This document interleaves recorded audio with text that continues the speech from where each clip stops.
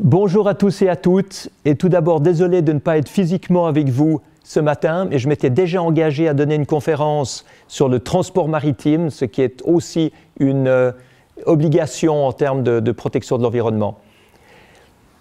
J'ai l'impression que l'échec de la plupart des négociations internationales sur le climat a un certain avantage. Il crée une frustration qui stimule les pays, les régions, les entreprises à prendre des décisions et à agir beaucoup plus et beaucoup plus rapidement sur le plan local.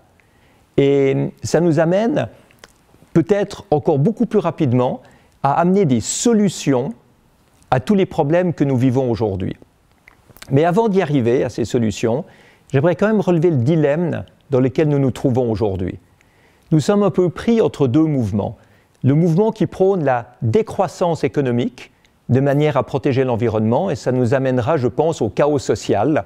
Le confinement lors de la crise du coronavirus en est un bon exemple. Des centaines de milliers d'entreprises dans le monde au bord de la faillite et des millions de personnes, ou dizaines de millions de personnes au chômage. C'est pas ça qu'on veut, même si ça protège l'environnement.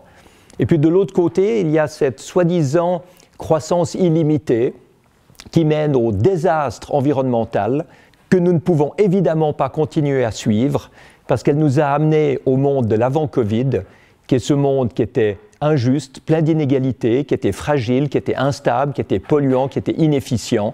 Et c'est clair qu'il faut construire quelque chose de différent. Alors qu'est-ce qu'il y a entre ces deux voies ?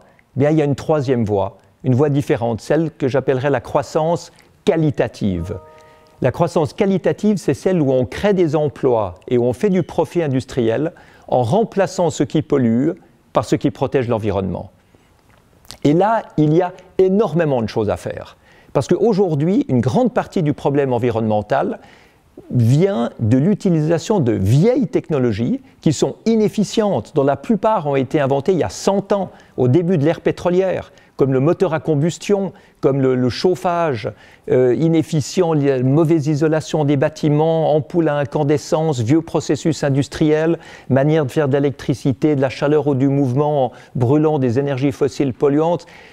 Tout ça, ça appartient au passé. Imaginez-vous le marché industriel du siècle que représenterait le remplacement de ces vieilles technologies par des nouvelles technologies. Alors la question qu'on peut se poser, c'est est-ce que ces nouvelles technologies sont rentables ? Elles ne l'étaient pas autrefois, elles le sont devenues. Elles le sont devenues à tel point que l'électricité d'origine solaire, dans la moitié du monde, et une bonne partie de l'énergie éolienne également, est 3 à 4 fois moins chère que le gaz, le pétrole ou le nucléaire. On voit qu'il y a dans les technologies propres une possibilité d'arriver à l'efficience énergétique, à l'efficience de ressources qui nous permet beaucoup plus de gains. Une économie circulaire qui permet de réutiliser les ressources et notamment les déchets. Donc tout à coup on voit que la décroissance, oui, mais pas la décroissance économique. Ce qu'il faut, c'est la décroissance du gaspillage, c'est la décroissance de l'inefficience, c'est la décroissance de tout ce qui est illogique. Parce que finalement, même s'il n'y avait pas de changement climatique, même s'il n'y avait pas de problèmes environnementaux, ce serait logique autant que écologique d'utiliser toutes ces nouvelles technologies, tous ces nouveaux systèmes. Alors c'est ce que la Fondation Solar Impulse a voulu mettre en avant en cherchant à sélectionner 1000 solutions financièrement rentables pour protéger l'environnement. Nous en avons aujourd'hui 725. Ce sont des technologies, des produits, des systèmes, des programmes, des matériaux, des appareils qui créent des emplois, qui permettent de faire du profit et qui protègent l'environnement. Beaucoup de ces solutions viennent de start-up. Alors il y en a aussi qui viennent de grandes entreprises, bien sûr, mais beaucoup viennent de start-up, de laboratoires de recherche, de petites entreprises. Et elles ne sont pas connues. Elles ne sont pas connues et pourtant, elles offriraient un bras de levier tellement puissant pour atteindre les objectifs environnementaux. Alors, elles ne sont pas connues parce que très souvent, les innovateurs ne sont pas des communicants, ce n'est pas leur rôle. Et puis, il y a un autre problème également, c'est que la législation actuelle, si on est vraiment honnête en décrivant ce qu'on voit, la législation actuelle dans le monde permet de polluer. légalement, on peut mettre autant de CO2 qu'on veut dans l'atmosphère, de toxiques dans la terre, dans l'air, dans la nourriture, de plastique dans les océans. On a le droit de gaspiller. 75% de l'énergie qu'on produit est gaspillée, la moitié de la nourriture, les 3/4 des ressources naturelles, 95% des déchets ne sont pas réutilisés. Donc on voit qu'on est dans une société de gaspillage parce que c'est légal de gaspiller. Et aujourd'hui, le cadre légal doit évoluer. C'est comme ça qu'on va tirer l'innovation sur le marché. C'est comme ça qu'on permettra aux startups de s'épanouir. En ayant des standards environnementaux et énergétiques beaucoup plus ambitieux, on va créer une nécessité, un besoin, qui va tirer les innovateurs et leurs solutions sur le marché. Aujourd'hui, on ne fait que de les pousser. On leur donne des subsides, on a des incubateurs, des accélérateurs, on fait des concours de start-up. Et puis après, qu'est-ce qui se passe? Souvent, pas grand-chose. Alors, au lieu de les pousser, simplement, tirons-les en créant une nécessité sur le marché qui leur permette d'amener leurs solutions.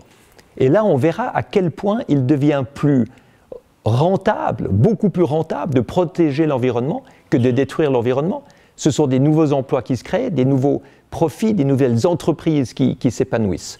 Et nous avons cette responsabilité de le faire. Et ce qui est extraordinaire, c'est que, vu que ça devient rentable, même les grandes entreprises sont en train de pousser les gouvernements à devenir beaucoup plus ambitieux dans leur processus de décision, dans les marchés publics, dans les standards environnementaux et dans les buts énergétiques. Pendant le confinement, j'ai rédigé une tribune qui a été co-signée par 12 des plus grands patrons d'entreprises dans le monde, qui non seulement s'engageaient sur la voie de l'efficience énergétique, de la protection de l'environnement, des énergies renouvelables, des technologies propres, mais encore plus que ça, elles demandaient au gouvernement d'être beaucoup plus ambitieux dans leur politique environnementale, de manière à savoir dans quelle direction investir. Et quand c'est les entreprises qui le demandent, eh bien, on voit que ça signifie qu'elles sont prêtes pour le faire. Alors répondons à ça, modernisons les réglementations qui sont encore basées sur des vieilles technologies pour qu'elles puissent répondre à ce que les solutions d'aujourd'hui permettent d'obtenir. Donc il y a une aventure extraordinaire qui est partiellement technologique, qui est partiellement politique, mais elle est également psychologique.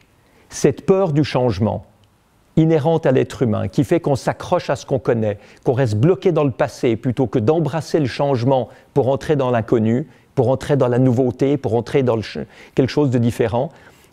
Tout ça, ça doit aussi être pris en ligne de compte. Donc nous devons rassurer, nous devons soutenir, nous devons donner la vision qui crée l'enthousiasme. La plus grande aventure aujourd'hui, c'est plus d'aller sur la Lune, ça a déjà été fait. La plus grande aventure, c'est la qualité de vie sur cette planète. C'est de mettre en place tous les changements nécessaires pour vivre mieux, de manière plus sûre et de manière plus propre et plus efficiente.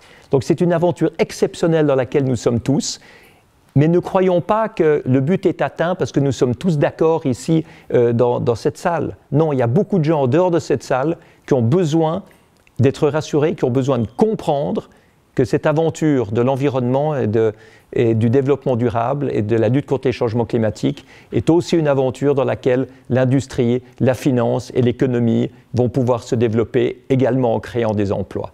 Donc, si nous pouvons prouver que tous les facteurs sont réunis, à ce moment-là, je pense qu'on pourra réussir. C'est en tout cas ce que je nous souhaite à tous et je vous souhaite une très bonne journée. Merci.